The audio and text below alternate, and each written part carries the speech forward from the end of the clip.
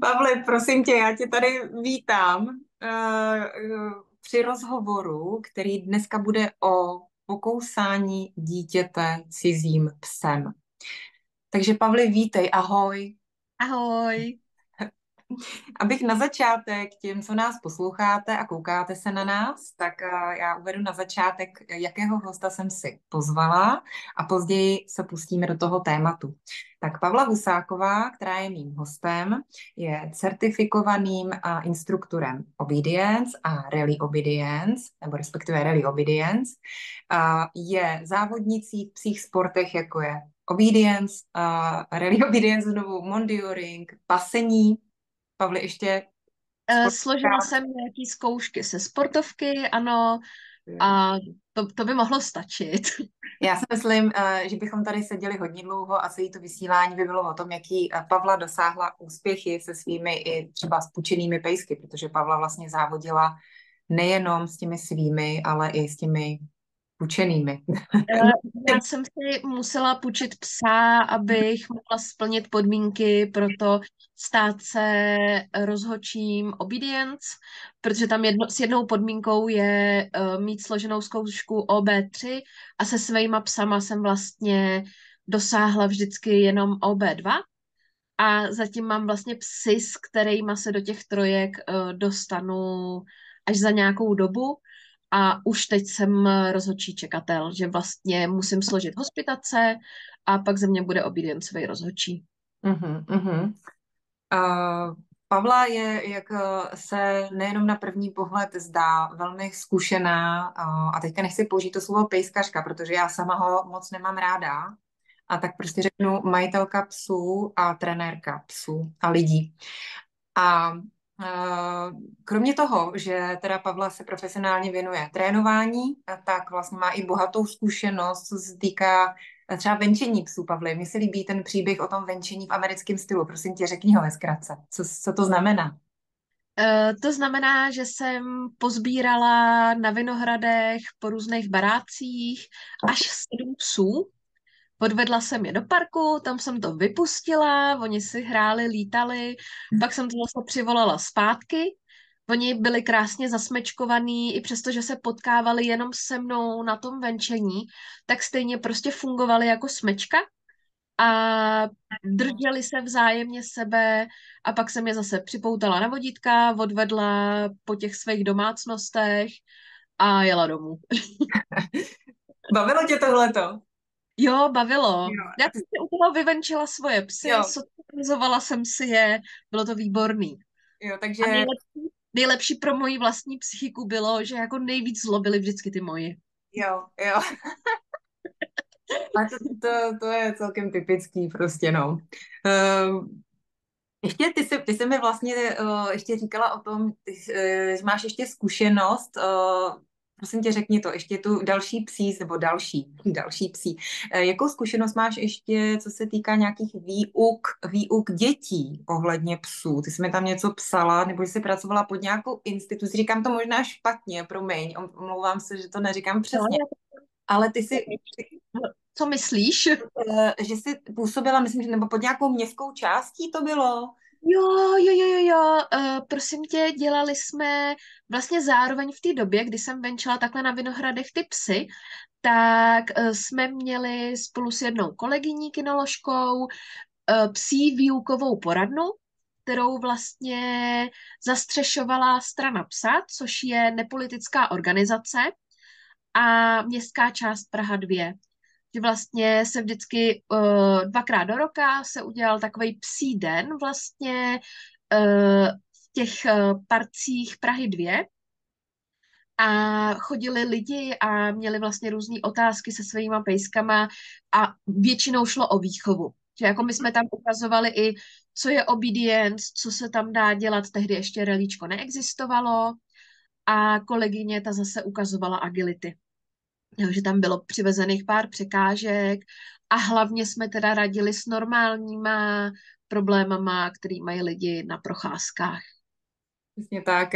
Já když se jako zkusím do toho jenom takhle vložit, tak mně to přijde trošku úsměvný. Já se u toho takhle jako přiblble usmívám, protože protože vy co víte, jak vypadá agility, jak vypadá obedience, a teďka vlastně třeba tam přijde paní, si představím třeba jako nějakou paní bez urážky, jako prostě jenom taková moje představa, přijde tam paní prostě s nějakým ořechem, který jí tam dotáhne na vodítku a teďka ona tam vidí prostě, jak se tam cvičí to obéčko, nebo jak tam ty pejsci skáčou ty skočky a slalomy dělají a houpačky prostě jedou, tak to je za mě vždycky jako paní, třeba mají tendenci, jsem s ním setkala, že říkám, podívej se, Punťo, hele, tím to jde, tohle bys měl dělat, jo, prostě Ano, a teď vlastně to mě vždycky jako úplně, víš, to je tak, ono je to na jednu stranu jako tak roztomilý, jo, že si tomu prostě nemůžeš jenom pousmát, ale tady je krásně vidět, jako když vlastně člověk už jako s tím psem je na nějaký úrovni, má tady to nějak zvládnout, vždycky je na čem pracovat, že jo, prostě na tom se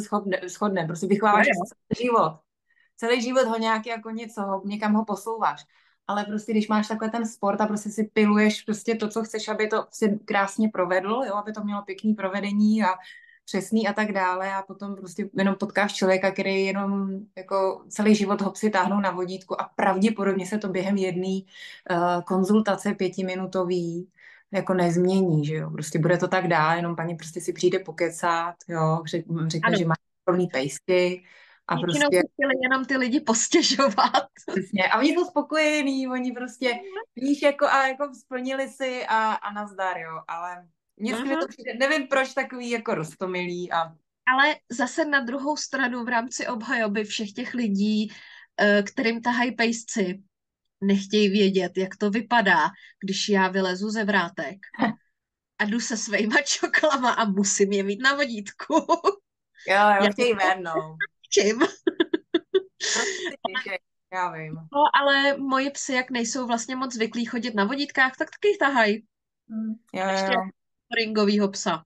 To je... jasně. Hmm. Jo, hele, o tom zase někdy jindy teda. Já se Jo, jo, omlouvám, jo. že já jsem tady teďka byla ten, kdo to tady jako odvedl pryč. My jsme si teďka Pavlu krásně představili a teďka si říkáte, no tak jako dobrý, tak kdy bude teda to pokousání? Tak, Pavli, teďka trošičku, já teda osobně to tak vnímám, že protože já ten příběh znám už od tebe, takže já tak jako vnitřně zvážním, protože je to samozřejmě velmi silná záležitost, protože já to uvedu, před 30 lety se ti stala taková věc, že tě cizí pes vlastně pokousal. A řekni nám o tom, jak se to stalo, kam ti paměť sahá a jak to bylo, prosím tě. Děkuji. Tehdy jsem byla na prázdninách u babičky a dorazila jsem vlastně před statek lidí, kam jsem chodila na koně a před tím statkem, před vratama byl pes, který patřil dovnitř a byla tam 4letá holčička vlastně těch lidí, ke kterým jsme chodili na koně, což byli nájemníci v tom statku a nepatřil jim ten pes. Ona se rozhodla, že pejska vezme dovnitř, a protože jsem teď použila slovo pejska, tak bych ráda řekla, že to byl kříženec Labradora, tak aby nedošlo k mýlce, že to bylo něco malého. A jak ho vzala za obojek, tak ten obojek se jí rozpadl v ruce. Tu chvíli vlastně si nejsem jistá, jestli já jsem jí řekla, že mu nadám zpátky obojek, nebo ona mě o to poprosila. Nicméně jsem vzala obojek a poslední, co si pamatuju, je, že jsem měla vlastně ruce pod jeho hlavou s tím obojkem a chystala jsem se ho zapnout. Pak další věc, kterou si pamatuju, je, že jsem přemýšlela nad tím, že se musím otočit, aby mě přestal kousat do obličeje. A další moment, který si pamatuju, je, jak se ke mně zbíhají ženský z vesnice. Začínají mi sundávat kolečkový brusle, který jsem vlastně měla na nohou, takže se mu krásně mě podařilo povalit. A tou dobou vlastně začal vyjíždět tatínek mých kamarádek z vesnice autem, aby mě odvezl do jiný než spádový nemocnice. A vlastně tou dobou ještě přibíhala maminka té 4leté holčičky donášela nějakou sterilní utěrku a ona vlastně se mnou pak jela i do té nemocnice, že si pamatuju, že jsem ležela na sedačce s hlavou v jejím klínu a ona mi držela tu utěrku na obličeji. Tohle to muselo být obrovsky plný emocí a skutečně, když se o tom bavíme a my se o tom bavíme už po několikátý, tak já jako po každý, teď když mi to Pavla řekne, tak já prostě, to není jako informace, kterou slyšíte jen tak, to je prostě něco, co vás jako zasáhne, když to dokážete jako emočně, když se na to dokážete jako emočně napojit, jo. A já teda mířím teďka na to, když si teďka, Pavli, na to, když teďka jako o tom mluvíš, jo, já jsem pochopila z toho, to, jak jsi mi to vyprávila, že ty si vlastně na tu událost díváš s odstupem, z vrchu, jo, takzvaně, že vlastně ty už nekoukáš na sebe, ale vlastně na nějakou malou holčičku Pavlušku, který se to stalo, nebo ani to nemusí být Pavluška, může to být prostě úplně jinak pojmenovaná holčička, ale pomohlo ti tohleto od osobnění se od toho v tom traumatu? Já vlastně, já ten příběh vnímám jako svůj vlastní. Nemám to jako, že by to bylo opravdu cizí příběh, ale mě vlastně, mě hrozně moc pomohlo, že hned po tom, co jsem se dostala z nemocnice, kde jsem strávila 14 dní, tak jsem začala být v psychiatrické péči. Okamžitě vlastně se začalo řešit, aby ty následné procesy. Že naštěstí jsme měli dobrý doktory, mamka tohleto hodně hlídala, řešila a okamžitě vlastně jsem začala chodit na skupinový psychoterapie v péči té psychiatry, která je vedla. Ona měla nějaký certifikát právě pro děti, tak v péči téhle psychiatry jsem doteď. A vlastně jsme si dost dlouhou dobu i tykali, akorát ona měla 5letou pauzu, tak jsem ji pak začala vykat, no. Mhm. Ale vlastně je to hodně přátelský vztah, bych řekla. A co mi přišlo zajímavý, a vlastně tím, že jsem pak studovala sociální pedagogiku, tak jsem i rozklíčovávala, co na mě za metodiku ona používala, protože si pamatuju, že jsem pak strávila více sezení u ní, sama jako individuály, kdy ona mi vyprávěla pohádky.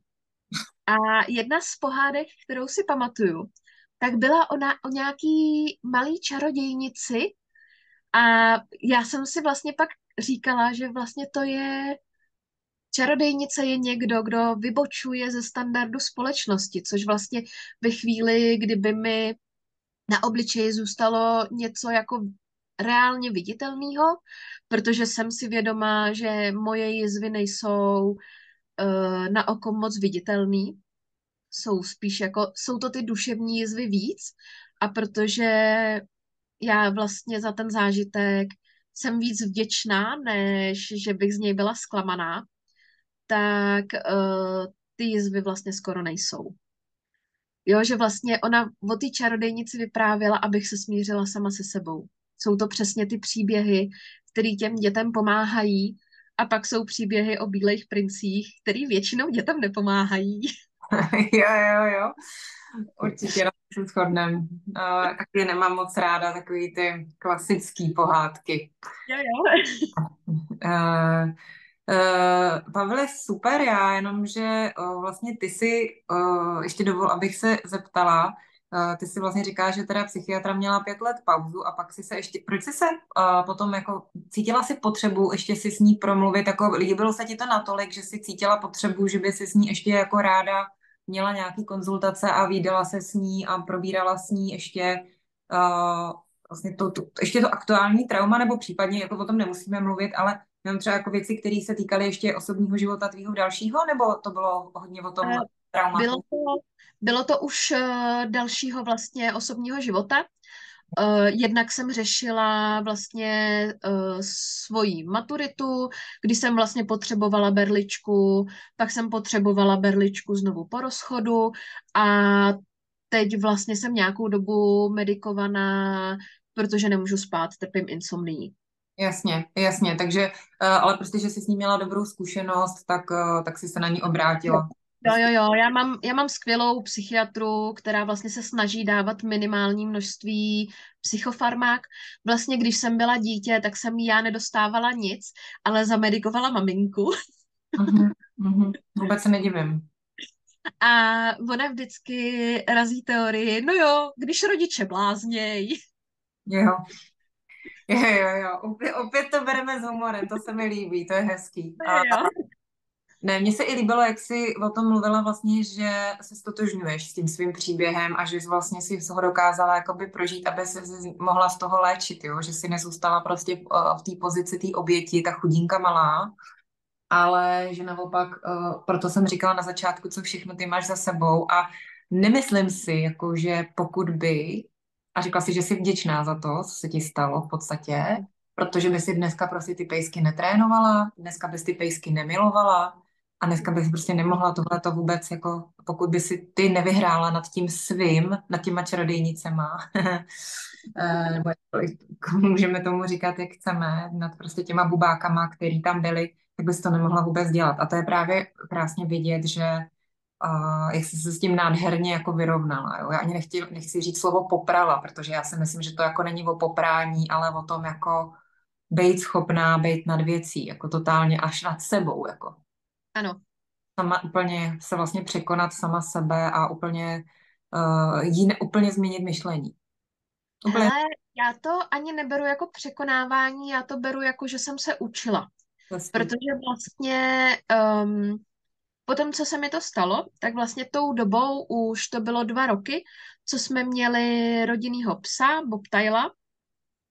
A já jsem toho Bobtaila brala jako zvíře, který je prostě strašně hodný. A on byl, Besíček byl prostě strašně hodný zvířátko. Pak si pamatuju, že jsme byli jednou s rodičema na vejletě. Tam jsme potkali na ulici ve městě nějakého malého 10kilového voříška. A já vlastně, to byly přesně ty panické stavy, já jsem se ho prostě bála. Ale nějakým způsobem jsem dokázala jako bejt v hlavě natolik, že jsem ho teda obešla 2metrovým obloukem, pes si mě vůbec nevšímal, takže mu to bylo úplně jedno. Já jsem si ho obešla, jak jsem potřebovala, pokračovala jsem pryč a pak jsme procházeli jakou strašně úzkou uličkou, kde opravdu jako roztáhneš ruce a dotýkáš se obou stěn baráků. No a proti nám šel Bobtail, nějaký cizí Bobtail prostě. No a to je Bobtail, ten je hodnej. Tak toho jsem brala rovnou na těsno. Jo, že vlastně mě hrozně moc ten náš Besik pomohl pro ten vhled, že vlastně existují psy, kterých se bát nemusím. Že evidentně je to nějakým způsobem individuální a vlastně jsem se panicky bála rok a pak jsem postupně začala psy pozorovat. A to byl vlastně ten krok, který mi pomohl, kdy vlastně já jsem se koukala, jak psi komunikujou, co říkají. Pamatuju si jednou, že jsem byla na rande s nějakým klukem a viděli jsme právě, šli jsme po ulici a viděli jsme přivázaný 2 psy u nějaký lampy a já říkám, hele, koukej, ty 2 psy se strašně bojejí. Já, tak to k ním můžeme klidně jít. Jsem říkal, ani náhodou, protože pes, který se bojí, to je velký nebezpečí. Mhm, mhm, mhm. Takže vlastně přetvarovávalo mě to postupně v tohleto, že uh, vlastně maminka mojí kamarádky, když jsme se potkali na výstavě, tak mi říkala, jak se jí vlastně líbí, jak jsem četla ty psy. A já ani nevím, že jsem to dělala. Jo, jo, jasně. 2 psy si hráli, u toho si povídali, tak já jsem říkala, co si povídají. Mhm. To je moc hezký, to je hezký, to se k tomu takhle přirozeně došlo, to je super. Pavle, dovol, abych se ještě zastavila teďka u toho, jak jsi říkala to, jo, no tak bobtaily, no bobtailové, ty jsou hodný, tak ty prostě tam jako neřeším, těch se nebojím, jo. A jako nemyslíš si dneska už s odstupem, už prostě ta velká Pavla, že že je to taky jako takový jako nebezpečný, že jsi udělala ten vzorec toho, že tady ty psy ty poděné, labradoři, no tak ty taky ne, tady francouzský buldožci, no tak ty už vůbec ne. Víš, jako tak to škatulkování. Mě, když se třeba lidi ptají, jaký pes je vhodný k dětem, řekněte mi plemeno, který je prostě vhodný k dětem. Jo? Tak to je vždycky jako nadlouho s nima. Co teďka by si k tomu jako už ta zkušená kinoložka Pavla řekla? Neexistuje hodnej pes a těch reálně zlejch psů existuje hodně málo. Jo, protože to už jsou potom nějaký ty genetické agresivity. Většinou je zkažený člověkem. Jo, ale reálně hodnej pes neexistuje, protože vždycky je nějaká situace, která dokáže toho psa zahnat do kouta a ve chvíli, kdy se pes bojí o svůj vlastní život, nějak už fatálním způsobem a začínají fungovat pudy, tak většina z nich se snaží o to přežít. Přesně tak. A já bych jako k tomu doplnila, že v podstatě jako je to, jak říká, je to scestná, jako za mě je to taky scestná definice, že spíš jako existují tolerantní psy, Mhm. vyklidněný psy, některý jsou plašení, některý jsou salámisti a hold prostě to, že některý pes by si na sobě nechal dříví štípat, tak to není o tom, že je hodný, ale je prostě vysoce tolerantní a tohle by se nikdy nemělo zneužívat. Ano. Pavle, ještě teďka, když se vrátí zase zpátky, když už na tom už máme tu retrospektivu, teďka jedeme, tak když se teda podíváš na tu 9letou Pavlušku, jo, tehdy, kolik ty si dostala rad o tom, nebo doufám, že se teďka nedotkneme jako tvých rodičů, ale prostě to jsou faktické věci, jo, to jsou jako fakticky, teďka to není o tom, kdyby mi tehdy řekli, ale teďka prostě reálně jaký nebo já bych to postavila možná tu otázku jinak. Jaký rady by si dneska té malý Pavlušce dala, než se tohleto stalo, tahleta situace? Byť víme, že ti to posunulo, byl to nějaký seberozvoj v podstatě, tak jaký rady bys té Pavle malý dala, aby se to nestalo? Já bych klidně i řekla to, co jsem opravdu reálně dostala jako rady, protože my jsme už od malinka měla naše babička francouzský buldočky, ty už tady i zazněly od tebe, uh, a oni byli hamouni.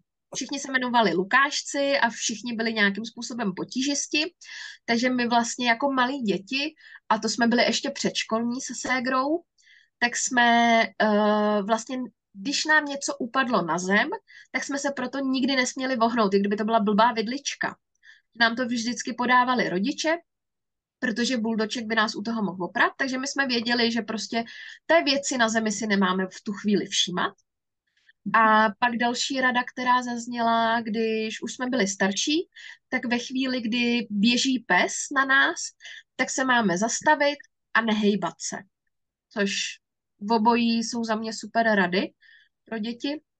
No nicméně, když bych se vrátila zpátky k té situaci, co se mi stalo, tak vlastně ve chvíli, kdy se rozpadl ten obojek, tak jsme měli spolu s tou 4letou holčičkou se vzít za ruce a jít pro nějakýho dospěláka s tím obojkem a říct mu, pes utekl pryč z pozemku, malá ho chtěla vzít zpátky, tady je obojek, můžete ho prosím dovízt, nemá venku co dělat. Což jsme bohužel neudělali, takže se stalo to, co se stalo. Ale určitě v takové situaci by bylo záhodno vlastně, aby se zúčastnil nějaký dospělák. I jenom kvůli tomu, že vlastně proti tomu psovi má víc šancí. Což tady teda díky tomu, že jsem se jela ten obojek zapínat já, že jsem tam byla, tak ta malá holka 4letá nepřišla o život, protože velmi pravděpodobně, kdyby pokousal jí, tak to nepřežila. Mhm, mhm, mhm. Když jsme se o tom bavili, tak vlastně ty jsi mi řekla, že potom jako následný činy, teda co se týkalo toho psa, takže teda byl utracený, protože prostě tady to nebyl první případ, kdy on vlastně pokousal někoho, on vlastně pokousal i dospělí lidi před tebou. Mhm. A to Předem je jsem pokusal ještě i moji kamarádku, která byla ve stejném věku. Aha, aha. Ještě bych ráda řekla, že vlastně majitel psa jenom odvezl do jiné vesnice, že to utracení se odehrálo díky tomu, že vlastně to táta vypátral, naložil psa i pánečka do auta a odvezl je na veterinu, kde nechali psa utratit. Protože pán by to řešil jiným způsobem. Mhm.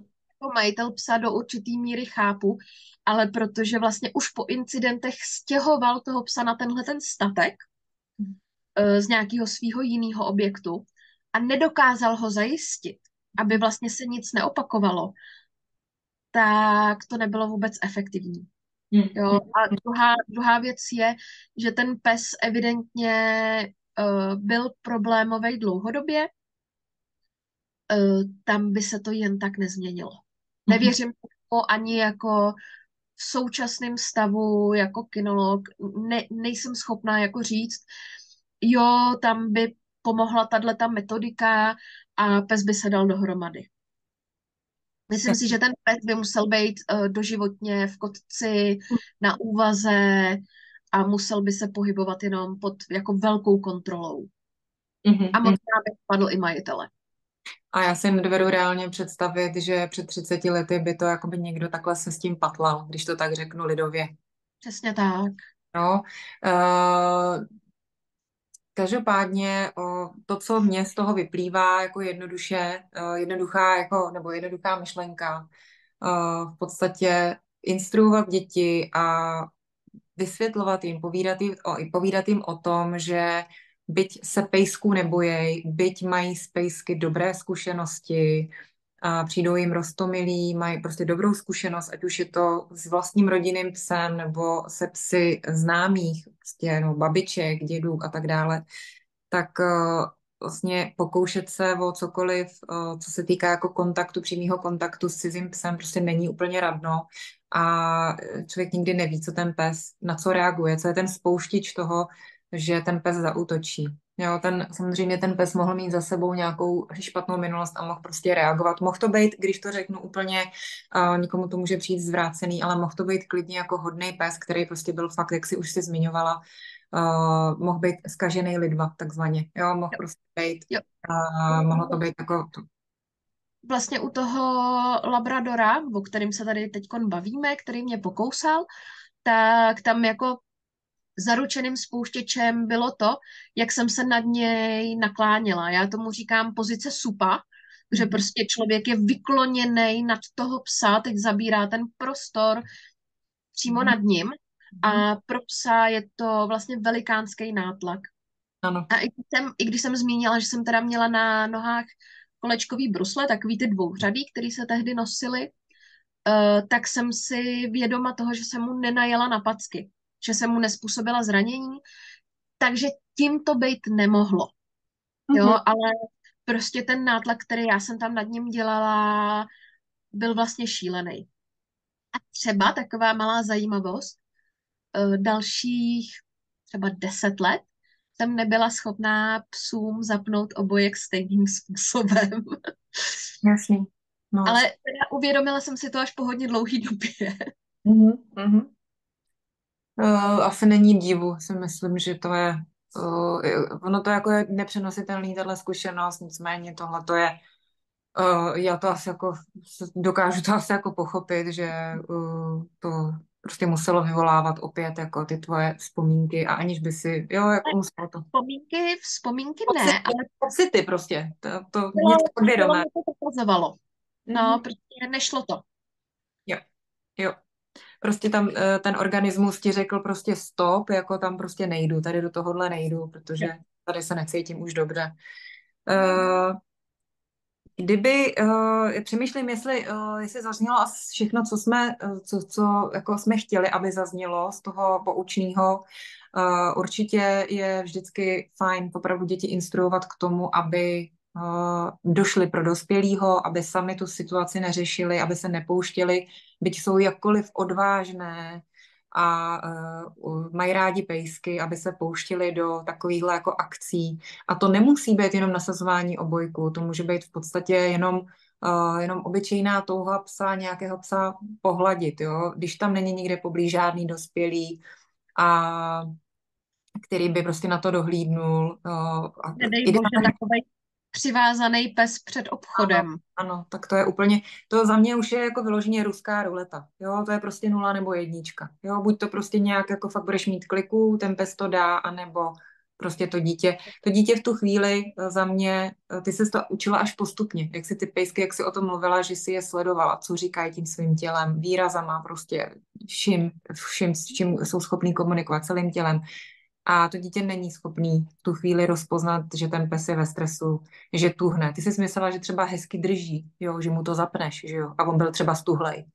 Jo, Mhm. třeba ani nevrčel, protože já věřím tomu, že Nevyšel. kdyby ten pes, kdyby ti vrčel u hlavy, tak nebudeš v klidu pokračovat dál. Ano, Jo, kdyby, to je taky kdyby byl důležité. nějaký takovýhle hmatatelný signál, nebo vycenil pesky, toho bych si taky všimla. Jo, to bylo z 0 na 100. Já vlastně uh, před pár lety se mi vyhodil jeden flashback díky mýmu současnému pejskovi, který dělá ten mondioring, policejní výcvik, tak se mi vyhodil flashback, jak mi letí přímo do obličeje ta vytlemená morda, že je to takový to těsně před obličejem, těsně před zákusem.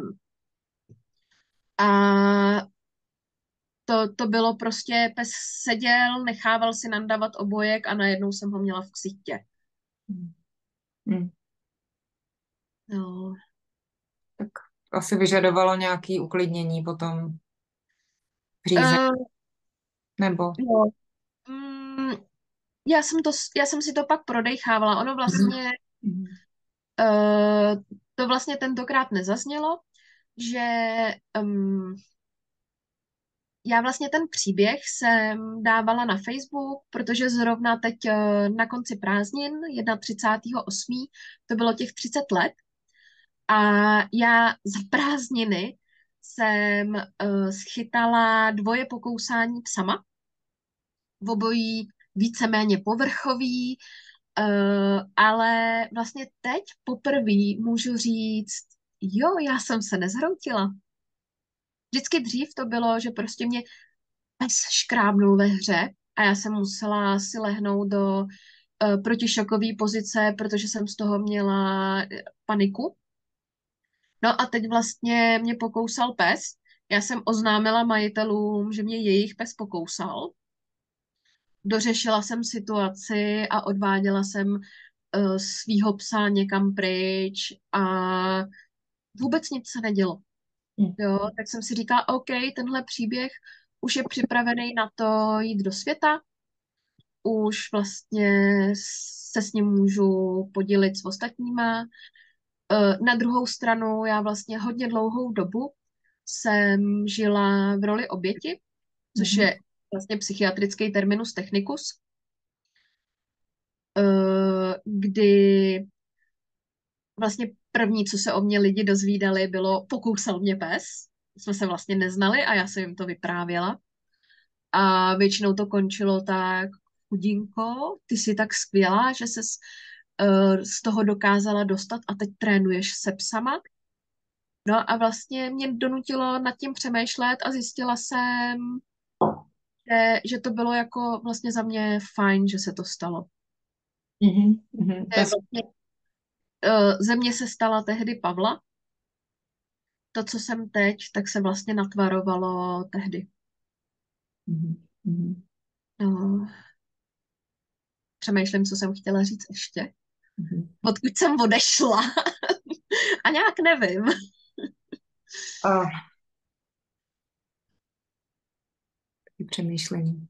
Mm, No, už ty jsi mluvila o tom, vlastně o tom letošním výročí, že vlastně teďka ty psíci, ty neukázněny, o tom jednou jsi mi říkala, jak tam na cvičák prostě si přiběh border terrier, takzvaně vy, píp, at. Ne, nepřišel se tam vyvenčit, ale přišel tam prostě dělat bordel, ten border terrier a ty si prostě ho chtěla poslat pryč, že jo.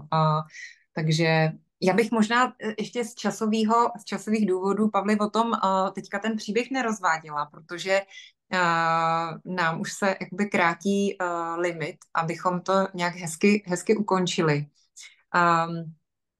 Chtěla bys říct něco, v podstatě jako nějaký slovo závěrem, něco, co by si třeba poradila, nebo za čím by si lidi měli jako by zamyslet, když jsou třeba rodičové nebo jsou i prarodiče a jako nějakým způsobem je tady šance a já si myslím, že v dnešní době prostě máš šanci každý den, nikdy třeba nemáš a nikdy máš 10 denně, kdy tvoje dítě může potkat cizího psa. A bylo by něco, co bys jim vzkázala? Lidem, dětem i rodičům, nebo prostě dospělým i dětem? No, na cizí psy se nesahá, cizí pes se může kontaktovat jedině potom, co se zeptáte majitele a 95% cizích psů o kontakt nestojí. Většinou je to jenom o tom, že majitel povolí ten kontakt, protože ví, že ten pes to přežije. Většina psů to nechce. No, nesahat na cizí psy. Pro boha, když má pes náhubek, nepřestává být nebezpečný. Dost často je nebezpečnější, Mhm. když je teda kovovej ten náhubek. A většinou to znamená prostě pes s náhubkem na takovýho psa se nesahá. V podstatě na žádnýho psa se nesahá.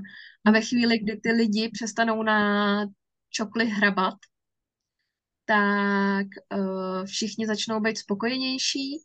A třeba moje zkušenost je, protože cizí psy nevyhledávám, tak za mnou věčně chodí nějaký pes i na ulici, protože já pro ně nejsem nebezpečná, já si jich nevšímám, já na ně nekoukám. Mimochodem i koukání je hodně špatná věc, protože koukání u psů je výzva k boji a většinu psů to znervózní. Takže nekoukat, nesahat, nevšímat, jít. Všichni pejsci vám budou vděční. Potvrzuji, podtrhuji, souhlasím, souzním naprosto ve každém písmenku, co jsi řekla a líbilo se mi, že jsi tam zdůraznila, že 95% cizích psů o to nestojí a nějak to přežijou, jo. Proto já velmi ráda říkám to ve svém online kurzu Harmonie vztahu dětí a psů, speciálně tam se o tom bavím, nebo to tam říkám, že nestačí se prostě zeptat toho majitele, ale majitel, který mu záleží skutečně na svém psovi a není to o tom, že jenom jako chce, že teda nějak vyhoví těm dětem, jo, že ho můžou pohladit toho psa, tak se zeptá i svýho psa, jo. A v podstatě je to o tom, že pokud ten pes chce ten kontakt, nějak reaguje na to dítě, který si třeba poplácá na nožičku, nebo prostě nějakým způsobem, pokud je to, teďka se nebavíme o problémových psech, ke kterým třeba takhle jakoby natáhneš ruku a je průšvih, jo, nebo problémových psech, to nemusí být ani problémový pes, nemusí mít ani nálepku problémovej, ale pokud prostě je tam vůle, promiň, Prostě nechce. prostě nechce ten pes. A teďka jako, ale já ty pocity znám těch lidí, kteří se chtějí zavděčit těm dětem. Ježíš, ty děti mě poprosili a oni, Ježíš Mariano, já to chápu, on se jim líbí, ten můj pejsek. Teďka ještě tam pracuje tolik faktorů, jako ego toho majitele. Jo, to tam tryská. Malýho štěňátka. To je Jasně, nejčastější. jasně. Jo, já třeba se štěňatama dělám to, že štěňátko bývá odpoutaný z vodítka, anebo i když je na vodítku, tak mu nebráním v odcházení. A těm dětem na to řeknu, jo, jestli pejsek bude chtít, můžete. A oni jsou pak hrozně nešťastní z toho, že jim ho nepodržím. A já jim ho fakt nepodržím. A někdy, Pavle, můžeme dát i třeba rozhovor na tohle téma speciálně, protože za mě je ta linka, ta linie, kdy se jedná o takzvanou socializaci psa na děti nebo okolní vlivy, lidi, prostě to je jedno, jestli jsou to chlapi, ženský, lidi v tramvaji, whatever, prostě kdekoliv co, tak ta linie, kdy toho psa vlastně habituješ, nebo to je jedno, když už překročíš tu dobu té socializace přirozený, tý jakoby štěně v tom štěněcím věku, tak ji můžeš tak snadno přepálit tím, že právě už tam dojde k tomu, že ten pes jako fakt nechce. A udělá nějakou reakci, prostě nějakou, která mu vyřeší tu situaci. Jo, i to malý štěňátko, který sice ještě třeba není tak sebevědomý, zase kus od kusu, může chňapnout, nebo prostě se schovává a teďka oni mu furt nedají pokoj, no tak může přitvrzovat, pak se dostane do puberty, čelí stejným situacím, ale tam už má víc odvahy.